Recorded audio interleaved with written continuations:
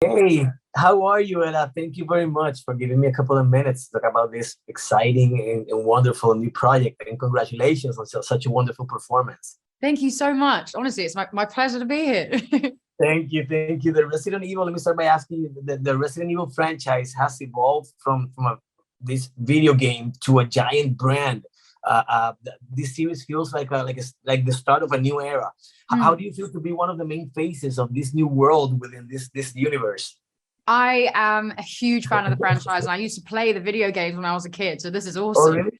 Yeah. Excellent, excellent. I played it the first game and it was so scary that I had to turn it off. Oh, Yes. anyway, Yes. Absolutely can relate.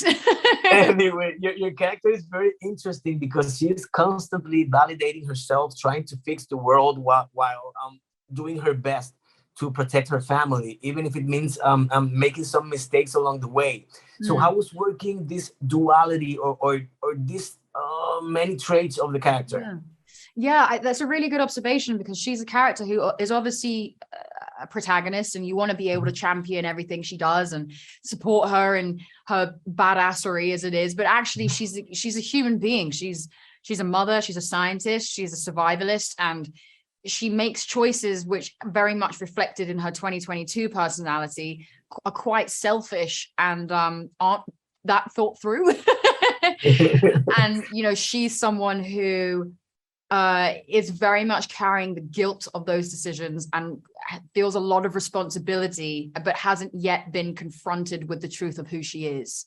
And this season, she very much confronts those things.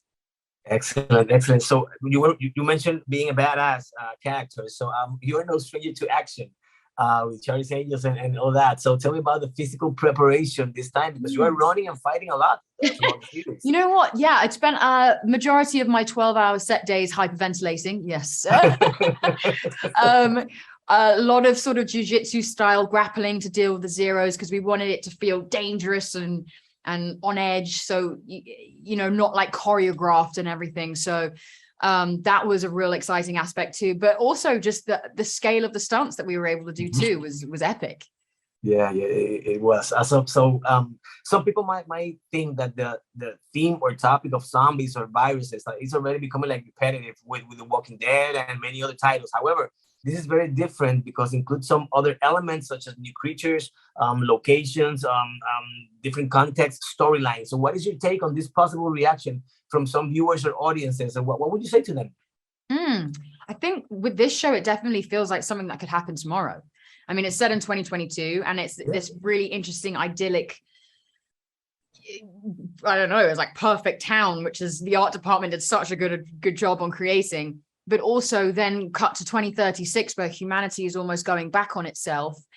It's a reflection of the now. These characters are so real and how they address situations and how they go about situations. So I think that's what sets us apart from everything else.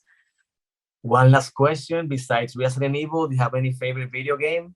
Ooh, I think if I was to win a bet in a video game, it would be Tekken. Tekken is Oh, the really? game. Excellent. Mine is Mortal Kombat. Okay, well, Your Mortal Ella, Kombat. All right, then I see. thank you very much. My time is up. Thank you again, and congratulations on such a wonderful performance and a great and exciting series. I'm looking forward for season number two. I see. Thank you so much. Have a great Thank day you and so stay much. safe.